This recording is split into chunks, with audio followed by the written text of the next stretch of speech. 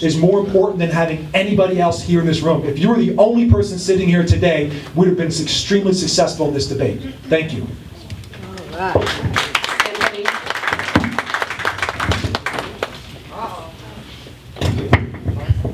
I'm going to stand up for this one because it's my passion for young people. Councilman Screech and I agree on one thing. When I was a young man out in Michigan Court Housing Complex, I was the first president of the Kids Speak Out program. And Councilman Screech, who was a truancy officer there, helping us. And we also had Tammy Hall, who started off helping us. We won all kind of national awards on Kids Speak Out through HUD. And we took young people on summer camps. We started a program at the Housing Authority during that time, where we created a program, Tammy Hall and I worked together, to allow young people to work and go around the Housing Authority picking up trash and working in the rent office, doing things to generate funds so they could pay for their back to school supplies and clothes. So I feel a lot of passion for our young people in the city. And that's why I work so hard to fight to be an advocate on behalf of not only our young people, but also everybody. And that's one of the reasons why I'm campaigning on a program that they've done in Miami-Dade County. Because while we have to applaud young people like yourself who's doing great things, we do have some misguided youth who may do some things that they shouldn't do, such as engage in recreational use of marijuana. And one of the things I'm running on is to do what Miami-Dade County has done, which is instead of ruining that young person's life and sending them in the criminal justice system, give them a $100 ticket so they will not have to enter into the criminal justice system. And I believe that this is working all over the country. Do you see the movement by the NAACP and civil rights organizations to decriminalize the possession of marijuana? I'm not an advocate of smoking. I've never smoked or drank, and I don't gamble. But my only bad habit is eating too much. I know that. We do a lot of that. Amen. Yes. But I will say this. We've got to help our young people. That will be a priority when I'm on the city council. And I'll finish by saying this.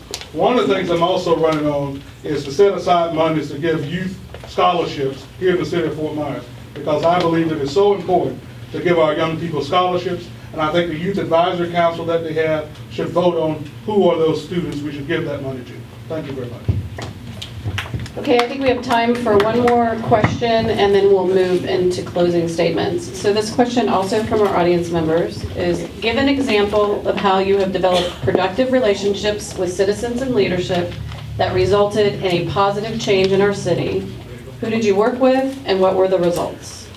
Mr. Bianco? I'd like to address one thing here that I feel very strongly about, is that when I came to Fort Myers, I stumbled upon a place called Pace School for Girls. And I walked in there, I was invited into a meeting over at Pace. And it completely touched me. The reason why it touched me is that earlier on I had provided and came up with a program called The Edge. And the Edge program was at a place called Daytop. And in the Edge program, it was an exit program, and Daytop was a school for youth between the ages of 13 and 18 that had come upon addictions and crime in their life, and they were state ordered instead of going to jail. Upon exiting, five men, business owners in the community, came up with a program called The Edge that allowed us to work with these young kids as they're about to enter back into the community, teaching them about respect, organization, communication, interview skills, resume skills, handshakes, eye contact, body posture, and so on. When I came into PACE, I saw the need to address this program as it came to our young women. Our young women are the backbone of our society. Fathers, men, sorry. It's the women who continue to drive and support and make our families. The support of the young women in Pace School for Girls. I knew that this was a program that I must spend a lot of time, a lot of energy, and a lot of resources towards. Because if our women are not strong, our children will never have the opportunities that they need. Thank you. Mr. Thomas? So the question is, how do you work with people to get things done? That's been the story of my life. If you look at my palm card, you'll see that I have been working with different people from different backgrounds, whether they're Republicans or Democrats, to get things done for our people.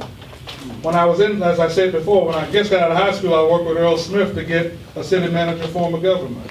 I worked with the ACLU of Florida to get a citizen review board for the Fort Myers Police Department.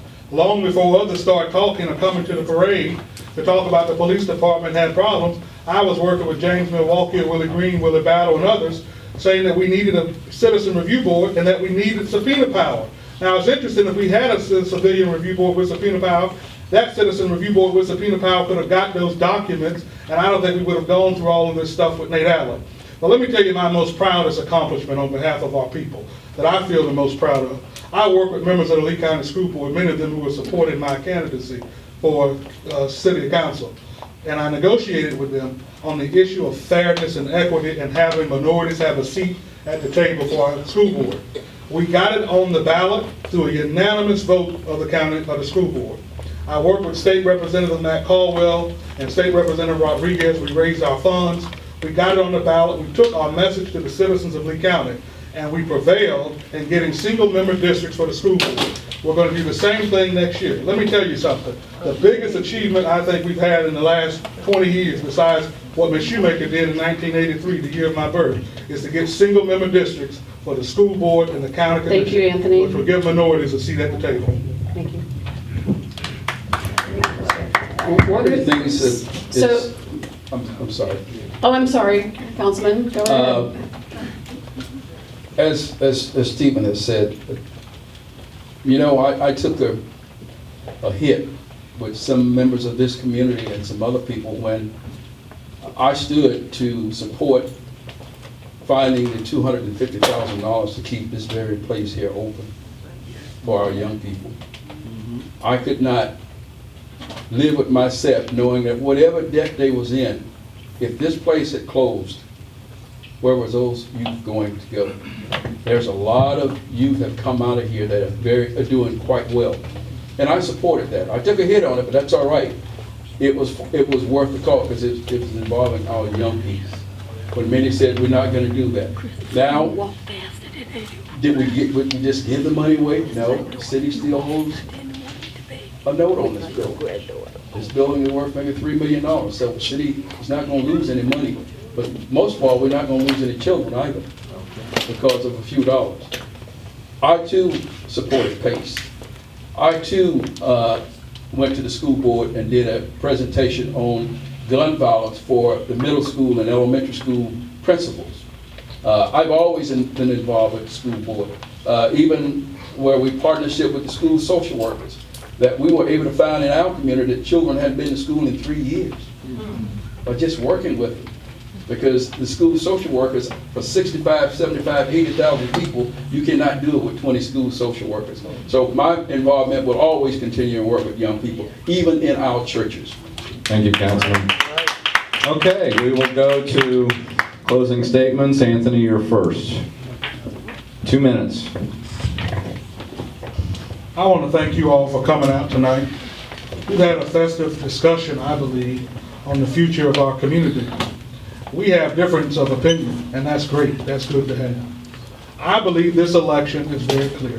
It is about the people versus the powerful, the old versus the new, the past versus the future. I believe we have an opportunity in this election to go in a totally different, fundamental way. We've had, there's a saying that the definition of insanity is doing the same thing over again and expecting a different results. Councilman Streets, he tapped Mrs. Shoemaker on her shoulder 8 years ago. He said, thank you for your service. It's time for somebody new. We've got 2 young guys here. We're tapping him on his shoulder. We're saying, Councilman Streets, thank you for your service. You make an excellent police chief, but it's time to give the reins over to somebody else. The Bible says, I call the old because they're wise, but I call the young because they're strong. I believe it's time that we allow a new generation of leadership to take forward and take the reins of leadership at City Hall. Councilman Streets has had his day. He's had his time.